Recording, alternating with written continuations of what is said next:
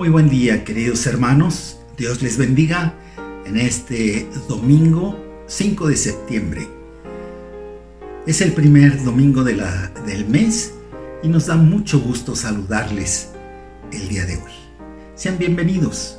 El consistorio, la junta de diáconos, el grupo de maestros de adultos, jóvenes, intermedios e inclusive las hermanas de maestras de los niños, todos les damos la más cordial bienvenida a este culto de adoración. Dios les bendiga y juntos preparemos nuestro corazón para presentarnos a los pies de nuestro Señor. Iniciaremos nuestro culto escuchando un preludio. Mientras escuchamos el himno que él interprete, mantengamos una actitud de oración para centrarnos en la adoración a nuestro Dios.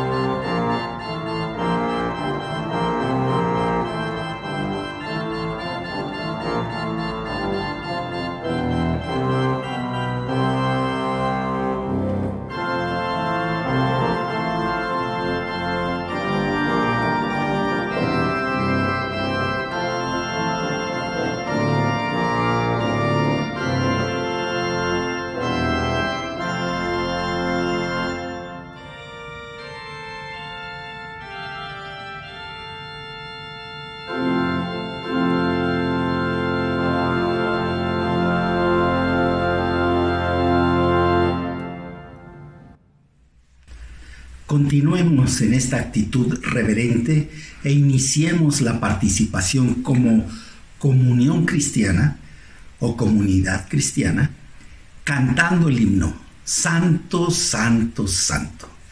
Así cantan los querubines en el cielo, así es como los vio el profeta Isaías en aquella visión celestial. Así es que les invitamos a cantar este himno con todo nuestro corazón y con un espíritu lleno de alabanza a nuestro Dios.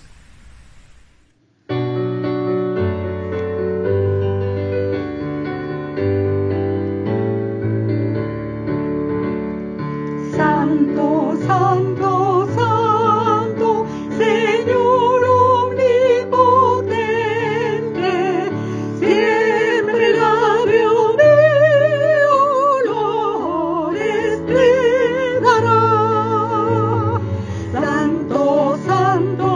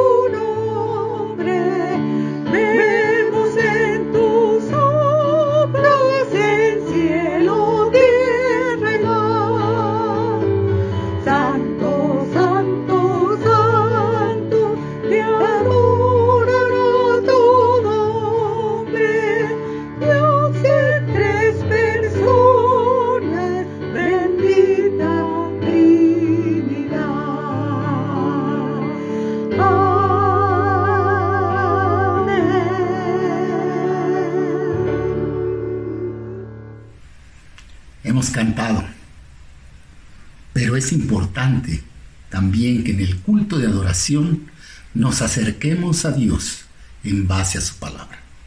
Es por eso que vamos a leer en estos momentos el llamamiento a la adoración, cómo Dios nos llama a través de su palabra para que le adoremos. Vamos a leer el Salmo 149, versos 1 al 9. Es todo el Salmo. El libro de los Salmos va subiendo de tono y el Salmo 149 y 150 son como la cúspide. Es llegar al tope de la adoración. Y en ese sentido vamos a leer este Salmo. Ustedes pueden seguir la lectura en su Biblia mientras yo la hago. Cantad a Jehová cántico nuevo. Su alabanza sea en la congregación de los santos. Alégrese Israel en su hacedor. Los hijos de Sión se gocen en su rey. Alaben su nombre con danza, con pandero y arpa a él le canten. Porque Jehová tiene contentamiento en su pueblo. Hermoseará a los humildes con la salvación. Regocíjense los santos por su gloria y canten aún sobre sus camas. Exalten a Dios con sus gargantas y espadas de 2 filos en sus manos, para ejecutar venganza entre las naciones y castigo entre los pueblos, para aprisionar a sus reyes con grillos y a sus nobles con cadenas de hierro, para ejecutar en ellos el juicio decretado. Gloria será esto para todos sus santos. Aleluya. Les invito a que en esta actitud de reverencia y de adoración al Señor nos acerquemos en oración hasta el trono del Padre para dedicar este culto de adoración a su nombre. Cierren sus ojos allí en sus lugares. Oremos. Bendito Dios y Padre que estás en el cielo, en esta mañana de domingo venimos a alabarte, a glorificar tu santo nombre. Reconocemos nuestra finitud, pero al mismo tiempo reconocemos tu inmensidad, tu eternidad, tu santidad, tu gran poder. Reconocemos lo pequeño que somos ante tu grandeza, pero Señor, gracias porque nos permites alabarte y glorificarte. Queremos que en este culto tu nombre sea glorificado desde lo profundo de nuestro corazón y que nuestros cantos, nuestras oraciones, nuestras ofrendas sean como un olor grato ante tu presencia. Lo pedimos no en nuestros méritos, sino en los méritos de nuestro Salvador Jesucristo. Amén. La Escritura nos enseña cómo tenemos que acercarnos a nuestro Dios para alabarle. Y además nos dice lo que impide tener una buena adoración a nuestro Dios o correcta adoración a nuestro Dios. Es por eso que la Biblia continuamente nos habla o nos advierte acerca del pecado. Vamos a hacer la lectura de advertencia. Esto es para estar alerta y no caigamos en este tipo de cosas. Y vamos a leer la lectura de advertencia que se encuentra en Éxodo 20, verso 1 al 17. Y habló Dios todas estas palabras diciendo: Yo soy Jehová tu Dios, que te saqué de la tierra de Egipto, de casa de servidumbre. No tendrás dioses ajenos delante de mí. No te harás imagen, ni ninguna semejanza de lo que esté arriba en el cielo, ni abajo en la tierra, ni en las aguas debajo de la tierra. No te inclinarás a ellas ni las honrarás, porque yo soy Jehová tu Dios, fuerte, celoso, que visito la maldad de los padres sobre los hijos hasta la 3ª y 4ª generación de los que me aborrecen. Y hago misericordia a millares a los que me aman y guardan mis mandamientos. No tomarás el nombre de Jehová tu Dios en vano, porque no dará por inocente Jehová al que tomare su nombre en vano. Acuérdate del día de reposo para santificarlo. 6 días trabajarás y harás toda tu obra, mas el 7º día es reposo para Jehová tu Dios. No hagas en él obra alguna, tú, ni tu hijo, ni tu hija, ni tu siervo, ni tu criada, ni tu bestia, ni tu extranjero que está dentro de tus puertas. Porque en 6 días hizo Dios los cielos y la tierra, el mar y todas las cosas que en ellos hay, y reposó en el 7º día. Por tanto, Jehová bendijo el día de reposo y lo santificó.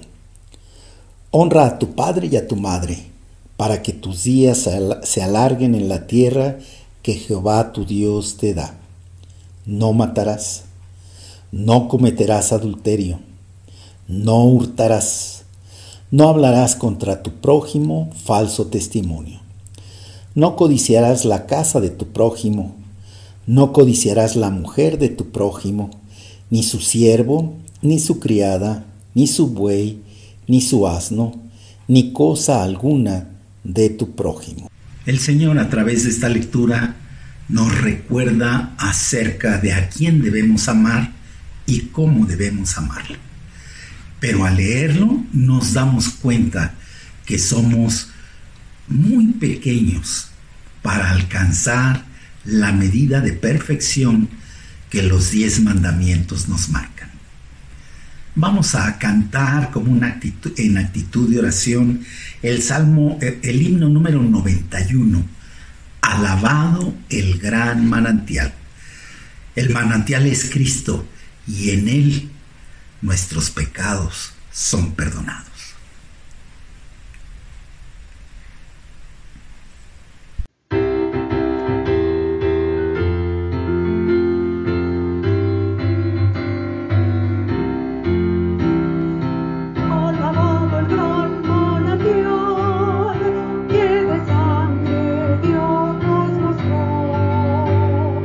Alabado el Rey que murió, su pasión nos libra de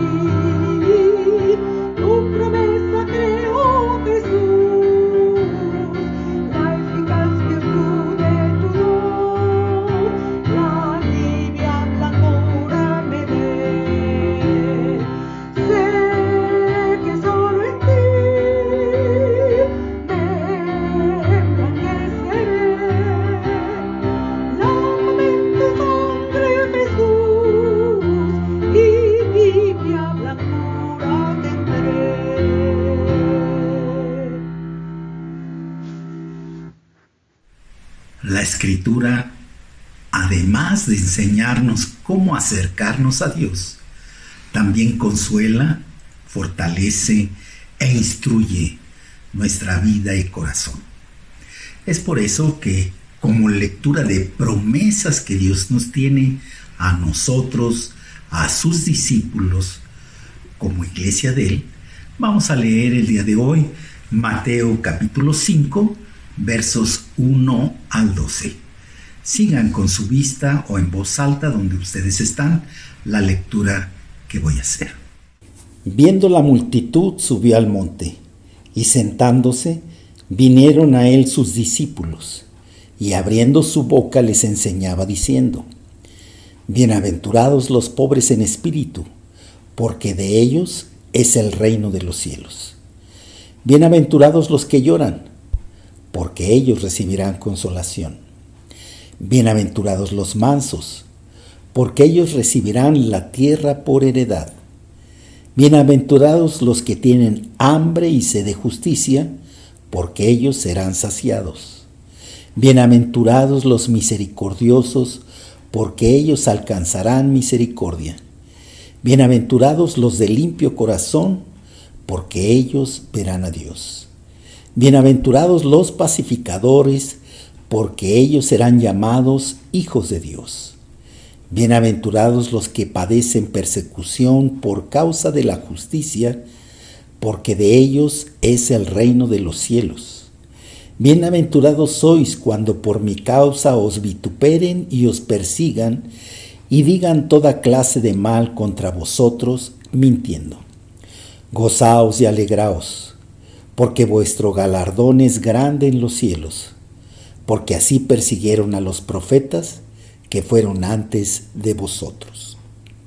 Los momentos congregacionales son parte de nuestro culto de adoración, porque en él manifestamos la comunión que como hermanos podemos tener y tenemos. Es por eso que en estos momentos de congregacionales buscamos saludarnos y tener acercamiento hacia las personas que junto con nosotros están adorando al Señor. Este tipo de actividad, por la situación de la pandemia que estamos atravesando, no la podemos hacer. Pero ¿sabes qué? En tu casa, con tu esposa, con tu esposo, con tus hijos o con la gente que te rodea, abrázalos, salúdalos.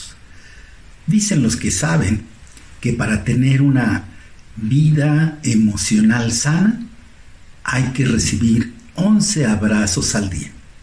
Es el momento. Abraza 1, 2, 3, colecciona 11 abrazos entre las personas con las cuales compartes. También queremos avisarles algunas cosas. Mientras ustedes se abrazan, queremos avisar algunas cosas importantes de la iglesia. Revisen el boletín.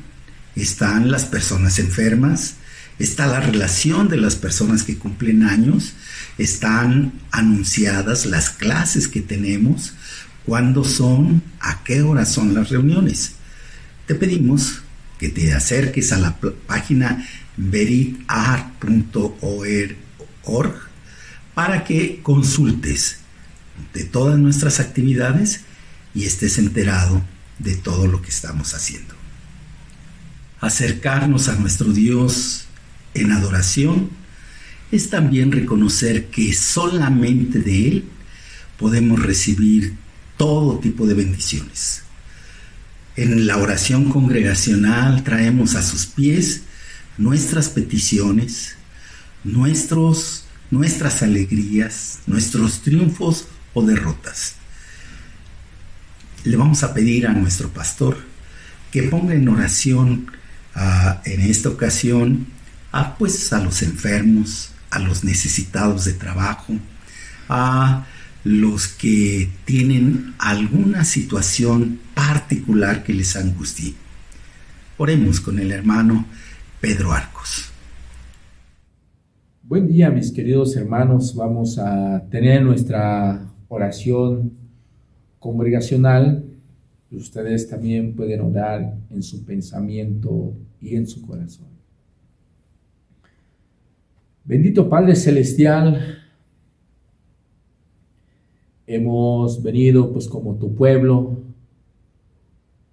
porque sabemos pues que somos tu pueblo, los que hemos creído en ti, los que hemos confiado pues en tu palabra, somos tu pueblo. Y en agradecimiento, Señor, lo que has hecho por nosotros, hemos venido a glorificar, a exaltar tu bendito nombre. Queremos agradecerte por la oportunidad y el privilegio que tú nos das de glorificar y de exaltar pues tu nombre. No por mérito de nosotros, sino por los méritos de tu Hijo amado Jesucristo, que murió en aquella cruz por nuestros pecados.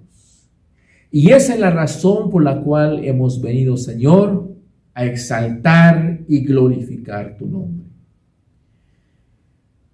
De la misma manera, Señor, reconociendo también que somos pecadores, como dice tu palabra, pero a través de tu palabra encontramos esperanza, encontramos consuelo. Dice tu palabra, Señor, que si confesamos nuestros pecados, tú eres fiel y justo para perdonar.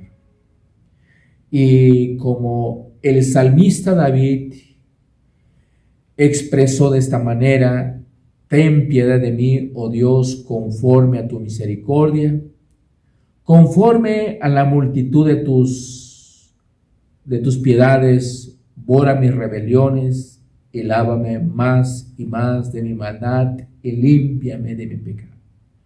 Tenemos esta gran necesidad, Señor, de que tú perdones nuestros pecados, porque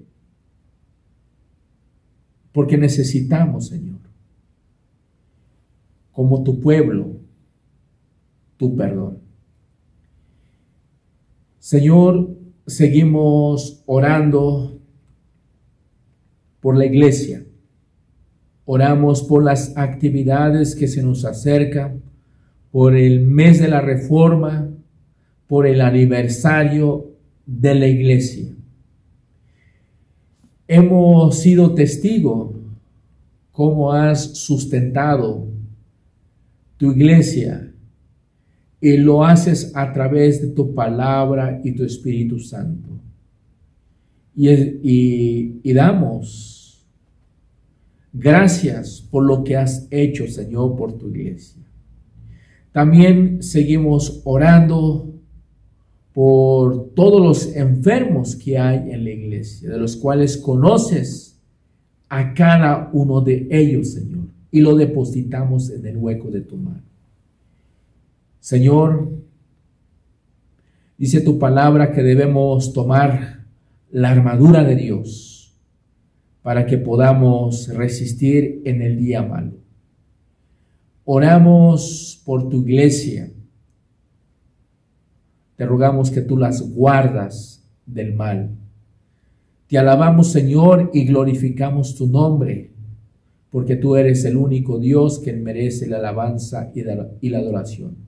En el nombre de nuestro Señor Jesucristo, te damos la honra y la gloria. Amén.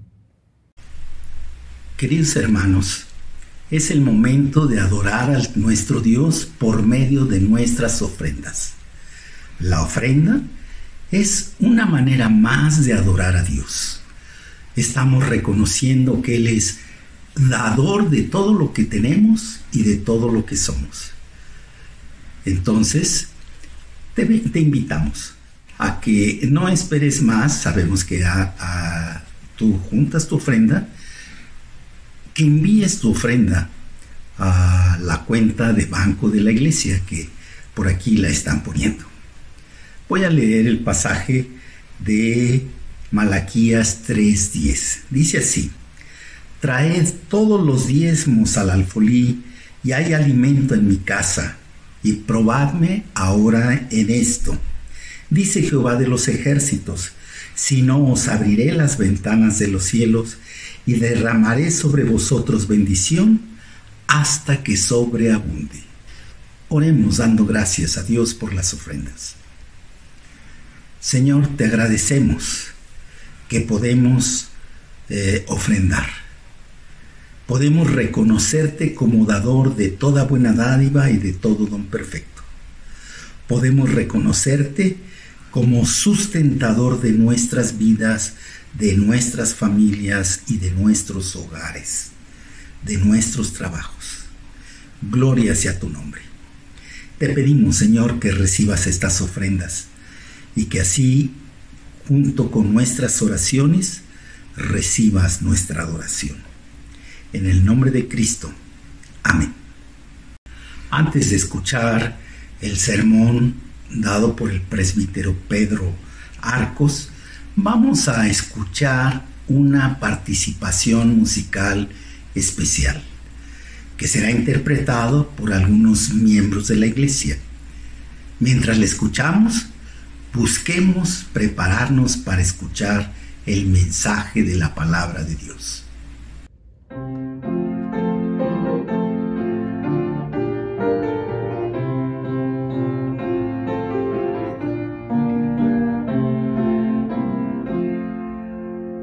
Que todo lo que vive y de Dios bien recibe, eleve su voz en ferviente loor. Pues Él nos da vida, nos guarda y nos cuida, y todos los días nos guía el Señor. Su enseñaba avante, su luz cual flamante, columna de fuego, alumbra el negror. Disipa las nieblas y densas tinieblas, y así con su luz vamos hacia el albor. El sol refulgente y el astro esplendente, la ley obedecen de su creador. El monte y la fuente, la mar y el torrente, proclaman a Dios su divino Señor. Debemos honrarle y amor demostrarle por sus bendiciones en adoración. Que todo lo que vive y de Dios bien recibe, eleve su voz en hosana y canción. Hosana y canción.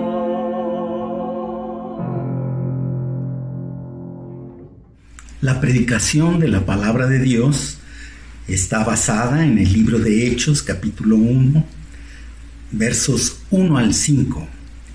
El presbítero Pedro Arcos dará el mensaje titulado La promesa del Espíritu Santo. Muy buenos días, mis queridos hermanos y amigos.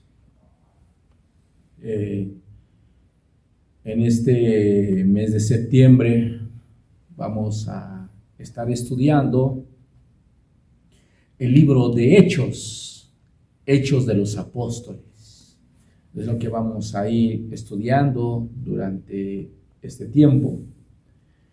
Entonces les invito, mis queridos hermanos, que busquen en sus Biblias en el libro de Hechos, capítulo 1, del 1 al 5. Hechos, capítulo 1, del 1 al 5. Voy a darle lectura y ustedes sigan con su vista. En el primer tratado, oh Teófilo, hablé acerca de todas las cosas que Jesús comenzó a hacer y a enseñar, hasta el día en que fue recibido arriba, después de haber dado mandamientos por el Espíritu Santo a los apóstoles que habían escogido, a quienes también después de haber padecido, se presentó vivo con muchas pruebas indubitables, apareciéndoseles durante 40 días y hablándoles acerca del reino de Dios. Y estando juntos, les mandó que no se fueran de Jerusalén, sino que esperasen la promesa del Padre, la cual les dijo: oístes de mí. Porque Juan ciertamente bautizó con agua, mas vosotros seréis bautizados con el Espíritu Santo dentro de no muchos días. La promesa del Espíritu Santo. El evangelista Lucas fue el autor o el que escribió los dos libros. El Evangelio de Lucas y el Evangelio de Lucas se trata de la historia de la vida de Jesús. El segundo libro que escribió es Hechos de los Apóstoles. Hechos de los Apóstoles se trata de la historia de la iglesia. Notamos, mis queridos hermanos y amigos, que hay partes que cubren entre el final del Evangelio y el comienzo de Hechos. Por ejemplo, vemos en el libro de Lucas, capítulo 24, los versículos 50 y 51, dice: y los sacó fuera hasta Betania, y alzando sus manos los bendijo. Y aconteció que bendiciéndolos, se separó de ellos y fue llevado arriba al cielo. Y en Hechos capítulo 1, los versículos 9 al 11, dice, Hechos 1, 9 al 11, habiendo dicho estas cosas, viéndolo ellos fue alzado y le recibió una nube que le ocultó de sus ojos. Y estando ellos con los ojos puestos en el cielo, entre tanto que él se iba, he aquí se pusieron junto a ellos dos varones con vestiduras blancas, los cuales también les dijeron: varones galileos, ¿por qué estáis mirando al cielo? Este mismo Jesús que ha sido tomado de vosotros al cielo, así vendrá como le habéis visto ir al cielo. Entonces, ambos, Lucas 24, 50 y 51 y Lucas 1, Hechos 1, 9 al 11, relatan la historia de la ascensión de Jesús. También en Hechos 1, 8, Jesús les dice a los discípulos que serán sus testigos en Jerusalén, porque dice: me seréis testigos en Jerusalén. Y en Lucas capítulo 24, 53, los apóstoles vuelven a Jerusalén y al templo. Juan Crisóstomo dijo una vez: los evangelios son una historia de lo que Cristo hizo y dijo, pero Hechos relatan lo que el otro Consolador hizo y dijo. La Biblia nos afirma que Lucas, su profesión era médico. Quizás podemos preguntar: ¿cómo sabemos que era médico? Entonces vamos lo que dice Colosenses 4:14, dice: os saluda Lucas, el médico amado, y demás.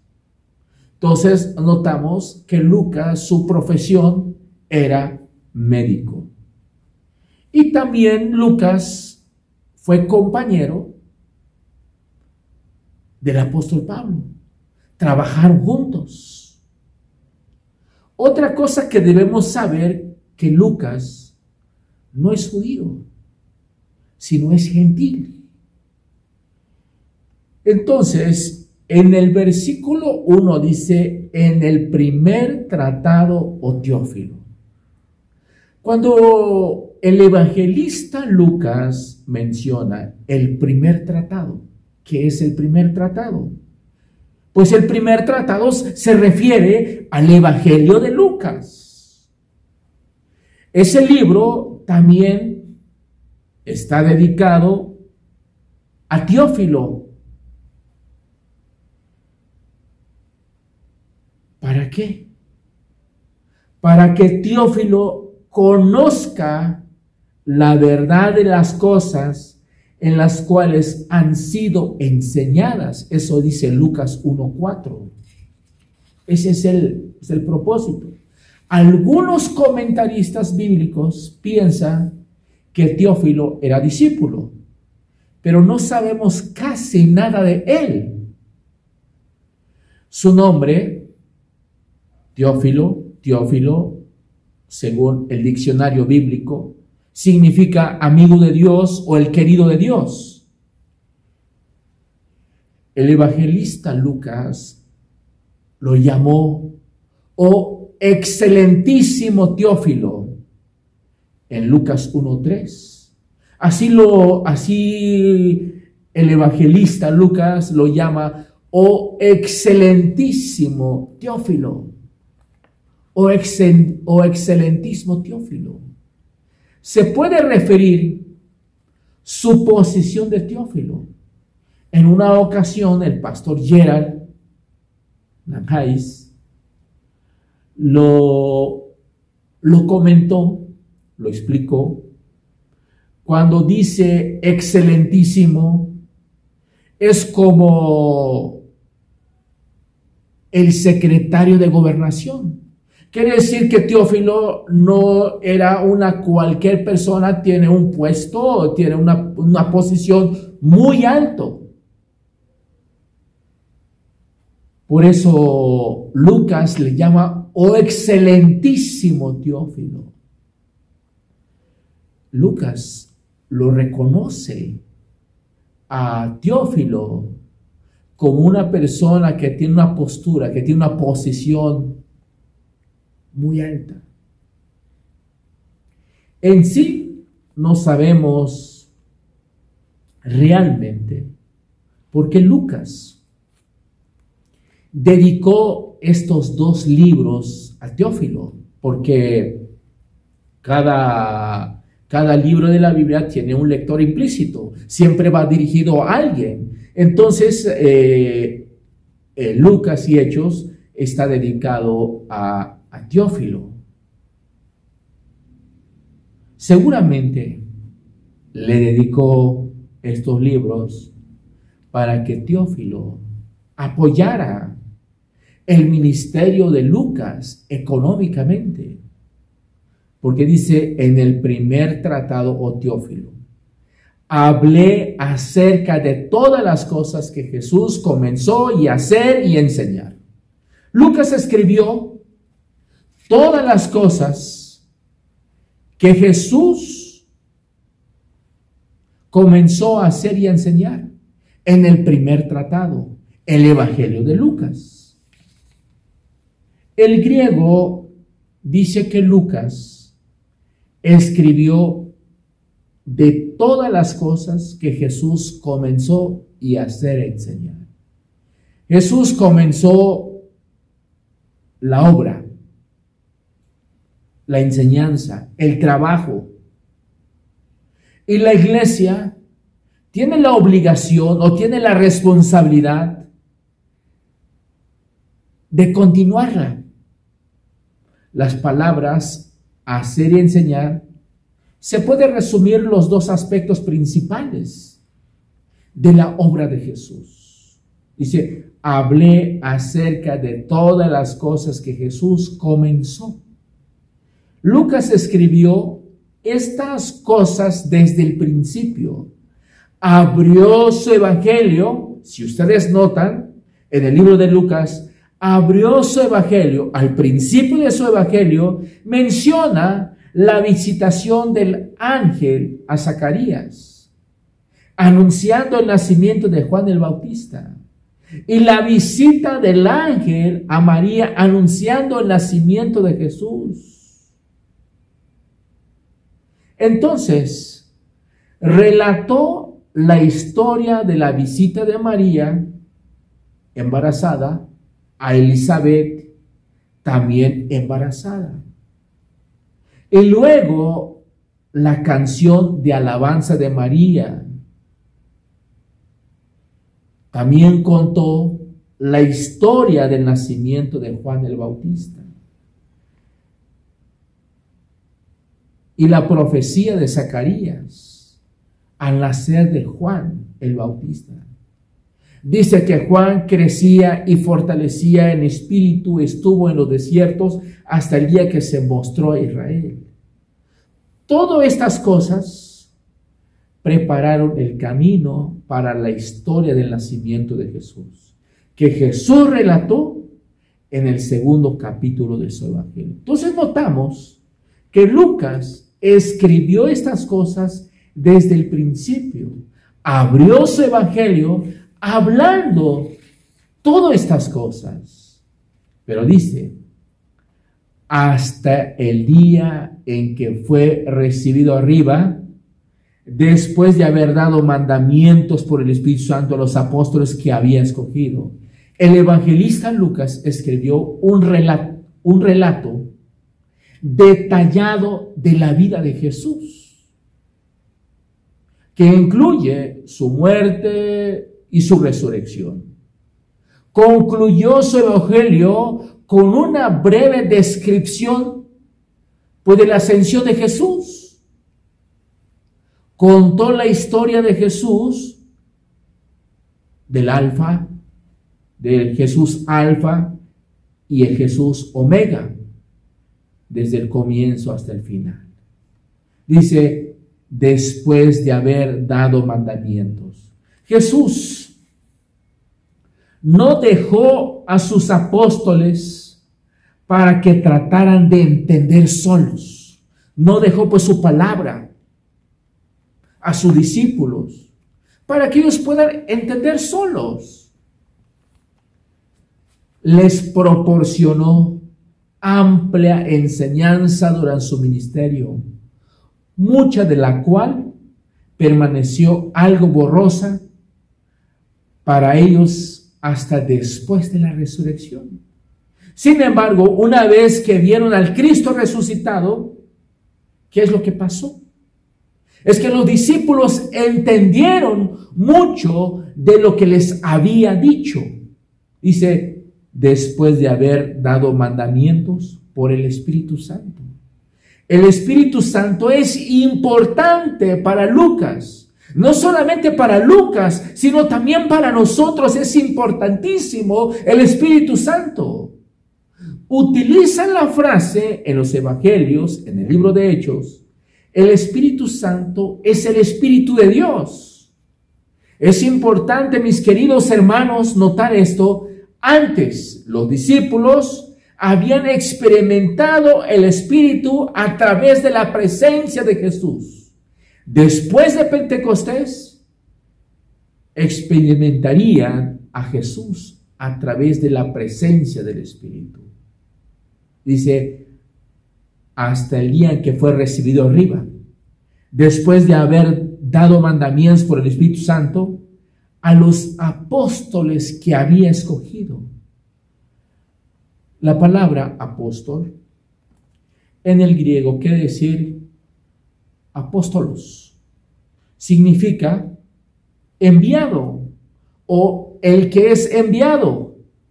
Jesús fue enviado por el Padre y escogió a los 12 discípulos. Jesús escogió a sus 12 discípulos. ¿Cuál era el propósito? Porque los 12 discípulos son los que van a continuar predicando el Evangelio cuando ya no esté nuestro Señor Jesucristo. Originalmente había 12 discípulos, correspondiente a los 12 tribus de Israel. Pero la traición y muerte de Judas requirieron un reemplazo. Los apóstoles pronto se reunieron para escoger el sucesor de Judas, para volver a ser 12. Pedro delineará los requisitos. El nuevo apóstol, uno de los requisitos, ha de ser alguien que estuvo con Jesús desde el principio. Y debe ser alguien que haya visto al Cristo resucitado. Y eso lo vemos en el libro de Hechos 1, 21-22. Los apóstoles tenían 2 buenos candidatos para este oficio apostolado. Pero Dios les ayudó a escoger a Matías. Seguramente habrá más discípulos. Por ejemplo, Pablo, el último apóstol, Pedro, Santiago y posiblemente Epafrodito, a quien Pablo llamó apóstolo, enviado, el enviado. Entonces, en el versículo 3 dice, a quienes también después de haber padecido, se presentó vivo con muchas pruebas indubitables, apareciéndoles durante las 40 días, hablándoles acerca del reino de Dios. Lucas documenta varias apariciones del Cristo resucitado. Jesús apareció a 2 discípulos en el camino de Emaús, y a Pedro, a los discípulos. Jesús comió un pedazo de pescado asado delante de los discípulos. Otras apariciones de la resurrección que se relata en los evangelios. Era importante que los apóstoles fueran testigos de la resurrección de Cristo para que ellos pudieran testificar a los demás acerca de la resurrección.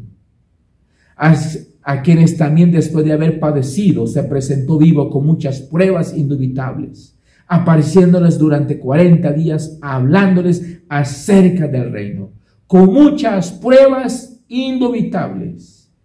Este es el único sitio en que el Nuevo Testamento donde encontramos la palabra pruebas, con pruebas. Es que había pruebas que realmente Jesús resucitó.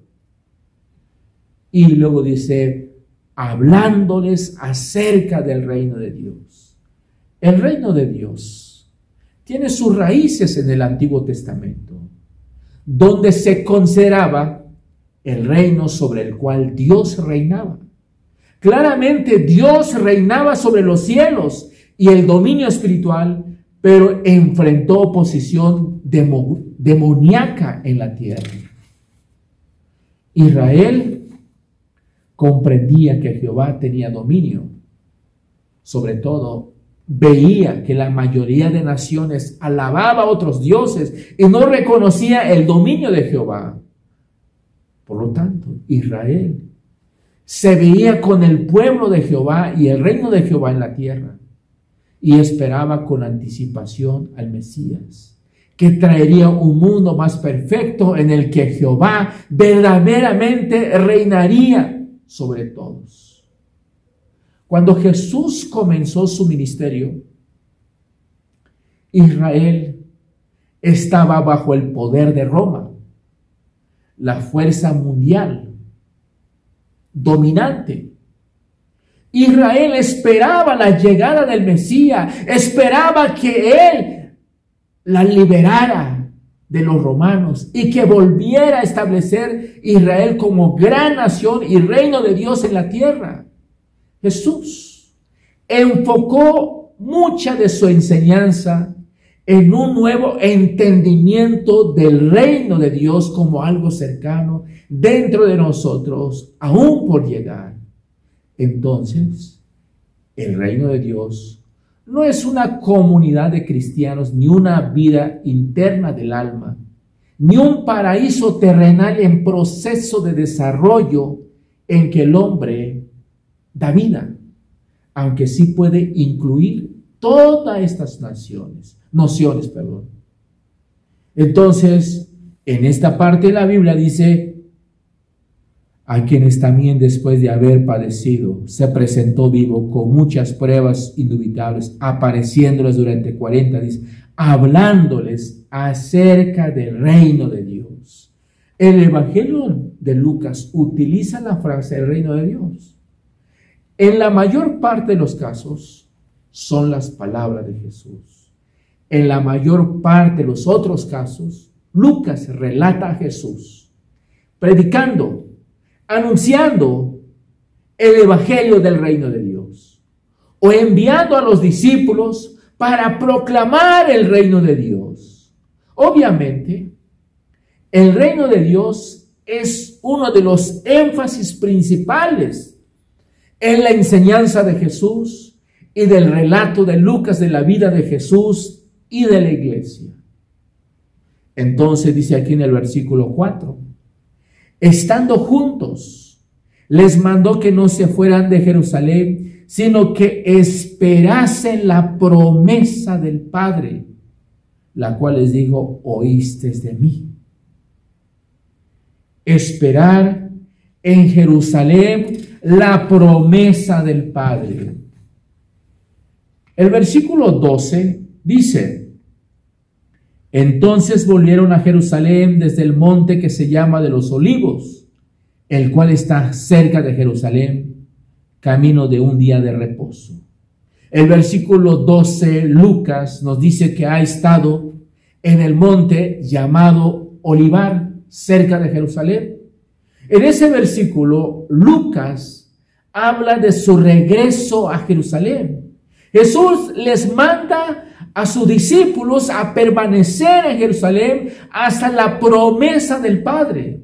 En el Evangelio de Lucas Jesús dijo: he aquí yo enviaré la promesa de mi Padre sobre vosotros, pero quedaos vosotros en la ciudad de Jerusalén hasta que seáis investidos de poder desde lo alto.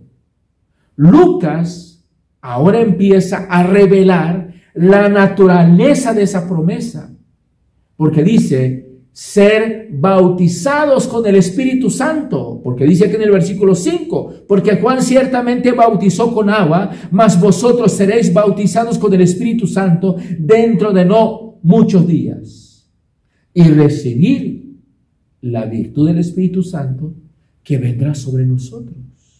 El Espíritu Santo autorizará el testimonio de Jesús de los discípulos. Su espera no será en vano.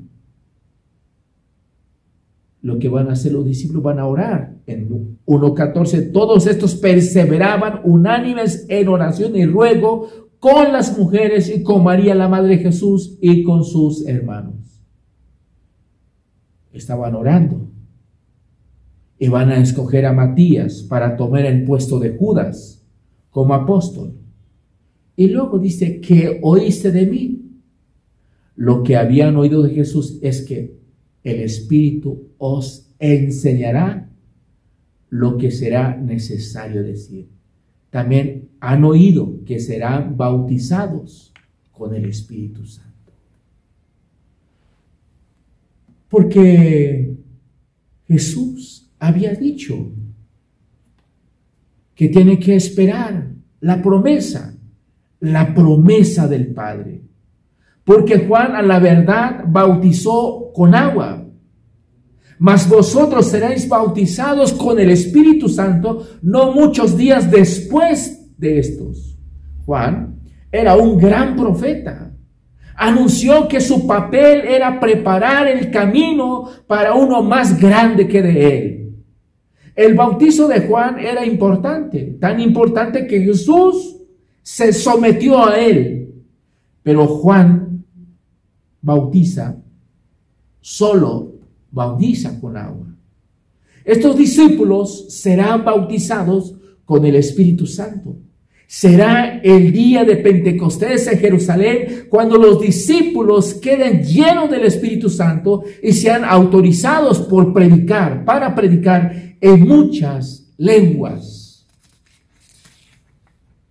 Y ese es que Dios, que el Padre había dicho a sus discípulos. Entonces dice en el primer tratado o Teófilo, hablé acerca de las cosas que Jesús comenzó a hacer y a enseñar hasta el día en que fue recibido arriba, después de haber dado mandamiento por el Espíritu Santo a los apóstoles que habían escogido, a quienes también después de haber padecido se presentó vivo con muchas pruebas indubitables, apareciéndoles durante 40 días, hablándoles acerca del reino de Dios. Y estando juntos, les mandó que no se fueran de Jerusalén, sino que esperasen la promesa del Padre, la cual les dijo, oíste de mí. Aquí, Dios había dicho que iba a enviar pues su Espíritu Santo en la vida de su iglesia. Dios va a cumplir con su promesa. Y eso nos da a entender que como su pueblo no estamos solos. Dios envió el Espíritu Santo para consolarnos, para guiarnos, para enseñarnos de su palabra. Esa es nuestra convicción y tenemos que confiar en el Señor Jesucristo. Dios les bendiga, mis queridos hermanos y amigos. Vamos a participar de la Cena del Señor. Y preparándonos para celebrarla, vamos a cantar la primera y segunda estrofa del himno 456, que se titula Hoy venimos como hermanos.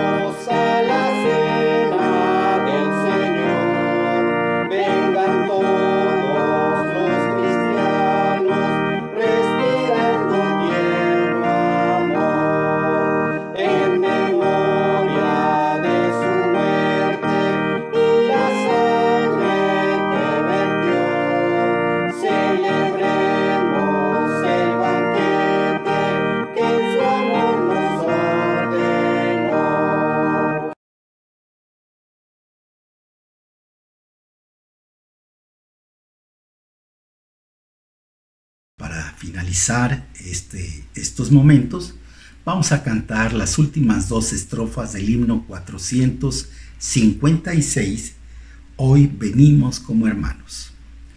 Y recordemos que siempre que celebramos la Cena del Señor, levantamos una ofrenda para los necesitados.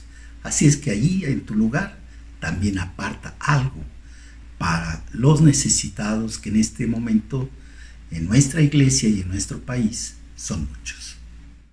Recordando las angustias que sufriera el Redentor, dividida está nuestra alma entre el gozo y el dolor.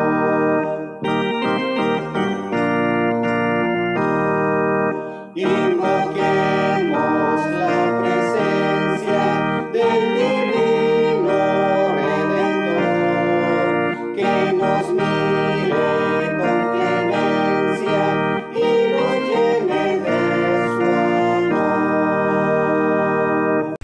Hemos llegado al final de nuestro culto de adoración. Es por eso que le pediremos a nuestro hermano Pedro Arcos, pastor de esta iglesia, que imparta la bendición pastoral. Y al terminar, cantaremos la doxología 435. Les pedimos a todos que se pongan de pie. Recibid la bendición, mis queridos hermanos, y que la gracia de nuestro Señor Jesucristo, el amor de Dios el Padre y la comunión del Espíritu Santo sean con todos vosotros, hoy y siempre. Amén.